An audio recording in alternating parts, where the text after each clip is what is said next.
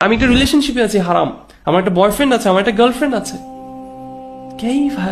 কিভাবে সম্ভব? আবার সে বলে যে আমার আমার এই ভালোবাসার মানুষটা he reminds me of Allah. How is this possible ইয়া ইখওয়ান ইয়া আখাওয়াত?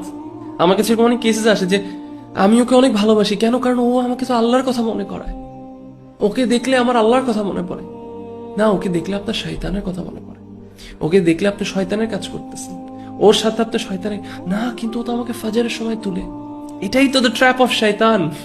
শয়তানি কাজ করাচ্ছে আপনাকে দ্বীনের সুন্দর নাম দিয়ে। সুবহানাল্লাহ, আপনি ফাজরে উঠতেছেন গুনাহ করে, আজীব। সুবহানাল্লাহ, আপনার গুনাহ আপনার ঈমানকে কমাবে, বাড়াবে না। সে আপনাকে আল্লাহর কথা মনে করাবে না, সে আপনাকে আল্লাহ থেকে দূরে নিবে আরো।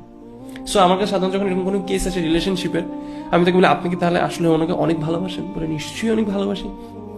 তাই বলি তাহলে আপনি নিশ্চয়ই চান যে তিনি জান্নাতে যাক, তিনি কখনো জাহান্নামে না যাক?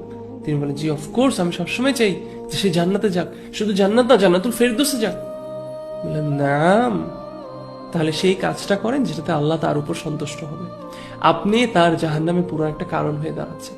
যেই ভালোবাসা আজকে আপনি তাকে দিচ্ছেন, কিয়ামতের ময়দানে এটাই হবে সেই ভালোবাসাটাই কালকে কিয়ামতের ময়দানে কারণ হবে আপনাকে দোষারোপ করার জন্য, জাহান্নামে পুরার জন্য। তখন আর মানতে রাজি না, তখন বলে না না, আমার তো ঈমান এটাতে পারে।